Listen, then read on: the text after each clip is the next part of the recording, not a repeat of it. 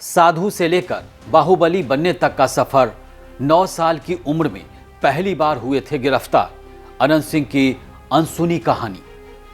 पटना से 28 किलोमीटर दूर एक इलाका पड़ता है, नाम है फतुहा। फतुहा से लेकर लखीसराय विधानसभा क्षेत्र का इलाका टाल कहा जाता है। इस टाल इलाके में दलहन की पैदावार काफ़ी ज़्यादा होती है। टाल इलाके का अधिकतर क्षेत्र मोकामा विधानसभा में पड़ता है, जिस पर एक बिहार के सबसे शक्तिशाली व्यक्तियों में से एक अनंत सिंह का राज चलता है।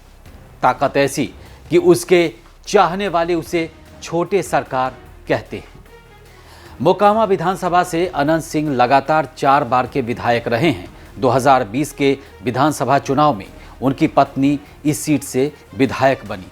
अब 2025 के विधानसभा चुनाव में अनंत सिंह फिर से इस विधानसभा सीट पर अपना दावा ठोक रहे हैं।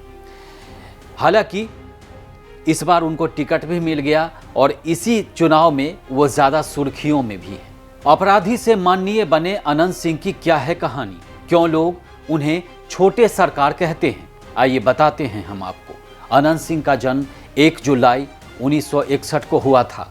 अपराध और जेल से अनंत सिंह का बचपन से नाता रहा है। वो हत्या के मामले में पहली बार 9 साल की उम्र में अरेस्ट हुए थे। 15 साल के आते आते उन्हें दूसरी बार जेल जाना पड़ा।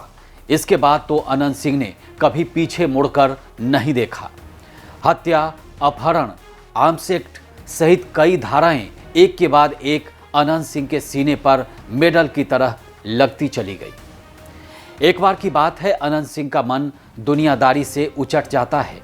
वो सब कुछ छोड़कर साधु बनने अयोध्या और हरिद्वार चले गए। जिस साधुओं के दल में वो रह रहे थे वहाँ उनका झगड़ा हो गया। इसी बीच उनके भाई विरंची सिंह की हत्या हो जाती है।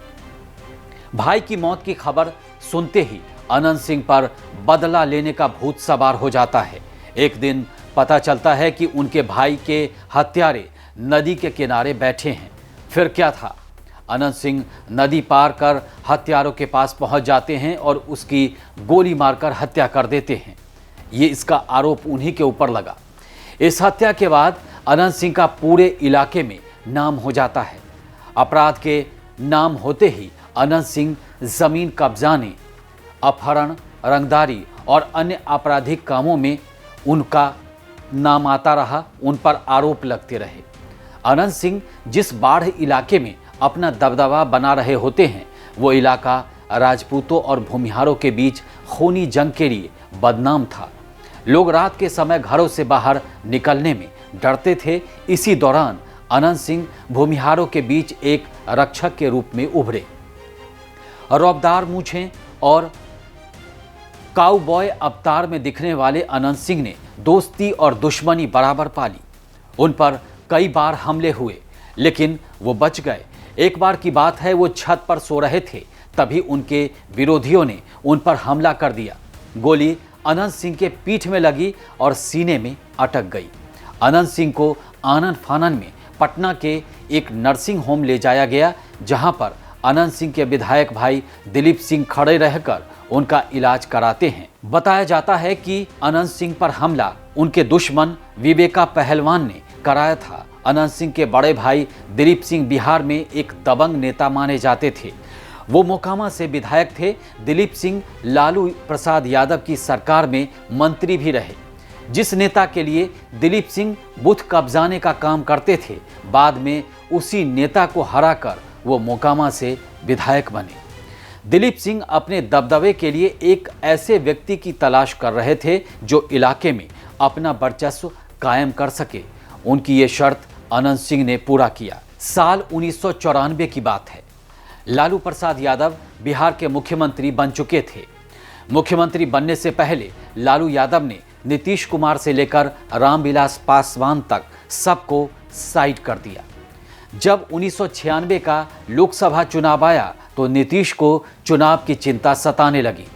वो बाढ़ मोकामा से ऐसे नेता की तलाश कर रहे थे जिसकी इलाके पर पकड़ हो और वो दबदबे वाला हो।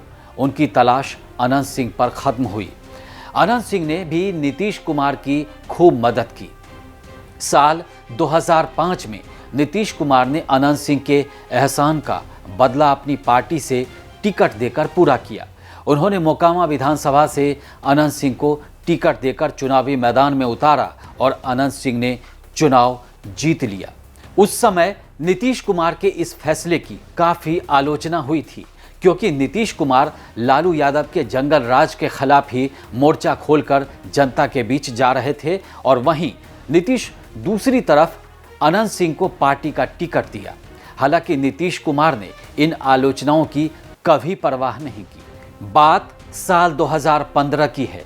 अनंत सिंह विधायक बनकर पटना में रह रहे थे। तभी उनके घर की किसी महिला को मोकामा में 4 लड़कों के ग्रुप ने छेड़ दिया। सूचना अनंत सिंह के पास पहुंची। ये सुनते ही अनंत सिंह गुस्से से भर गए। उन्होंने पटना से कुछ लोगों को छेड़खानी करने वाले लोगों को सबक सिखाने के लिए भेजा। इस दौरान पटना के एसएसपी जितेंद्र राणा थे। यह खबर उनके पास भी पहुंची। फिर क्या था, राणा ने पुलिस को मौके पर भेजा। जब तक पुलिस मोकामा पहुंची तब तक अनंत सिंह के लोग 3 लड़कों को पकड़कर अधमरा कर चुके थे। बस वो कुछ ही देर में मरने वाले थे, तब तक पुलिस मौके पर पहुंचकर उन्हें बचा लिया। इस मामले में पुलिस ने 4 आरोपियों को गिरफ्तार कर लिया। तभी पता चला कि अनंत सिंह के लोगों ने एक साथ 4 लोगों को उठाया था। चौथे व्यक्ति का कोई अता पता नहीं चला। अगले दिन अनंत सिंह के गांव लदमा के एक खेत से एक शव बरामद होता है। ये शव उसी चौथे व्यक्ति का होता है जिसे अनंत सिंह के लोगों पर उठाने का इल्जाम था। इस चौथे व्यक्ति की पहचान पुटुस यादव के रूप में हुई। इस मामले को लेकर एसएसपी जितेंद्र राणा बेहद गुस्सा हो गए। उन्होंने पुलिस दलबल के साथ अनंत सिंह के आवास पर अपनी कार्रवाई की और 5 लोगों को वहां से उठा लिया। पुलिस की पूछताछ में आरोपियों ने स्वीकार किया कि उन्हें ये काम अनंत सिंह के कहने पर किया था उन्होंने। फिर क्या था, एसएसपी राणा ने अनंत सिंह के आवास पर छापेमारी शुरू कर दी। पुलिस को जदयू विधायक के घर से खून से सना कपड़ा मिला। इसके अलावा इंसास राइफल की मैगजीन भी बरामद हुई। पुलिस की छापेमारी में अनंत सिंह के घर से कई अन्य हथियार भी बरामद हुए, जिसका दावा किया गया। जिसके बाद एसएसपी ने अनंत सिंह को गिरफ्तार करने की योजना बनाई। तब तक मामला काफ़ी हाईलाइट हो चुका था और एसएसपी जितेंद्र राणा का ट्रांसफ़र कर दिया गया। हालांकि नए एसएसपी विकास वैभव ने इस कार्रवाई को बखूबी अंजाम दिया और अनंत सिंह को गिरफ्तार कर लिया गया। अब अनंत सिंह एक बार फिर चुनावी मैदान में हैं और वो एक नए आरोप के साथ इस बार चुनावी मैदान में हैं। उन पर राम दुलार यादव की हत्या का आरोप लगा है। हालांकि अनंत सिंह सूरजभान सिंह पर यह आरोप लगा रहे हैं कि हत्या सूरजभान सिंह के लोगों ने करवाई है, उन्होंने करवाया, और अपने आप को अनंत सिंह बेकसूर बता रहे हैं। लेकिन अभी चुनाव है और चुनाव का फैसला जनता जनार्दन करती है। चुनावी रण में एक बार वो फिर से हैं और काफ़ी सुर्खियों में हैं इस मामले को लेकर।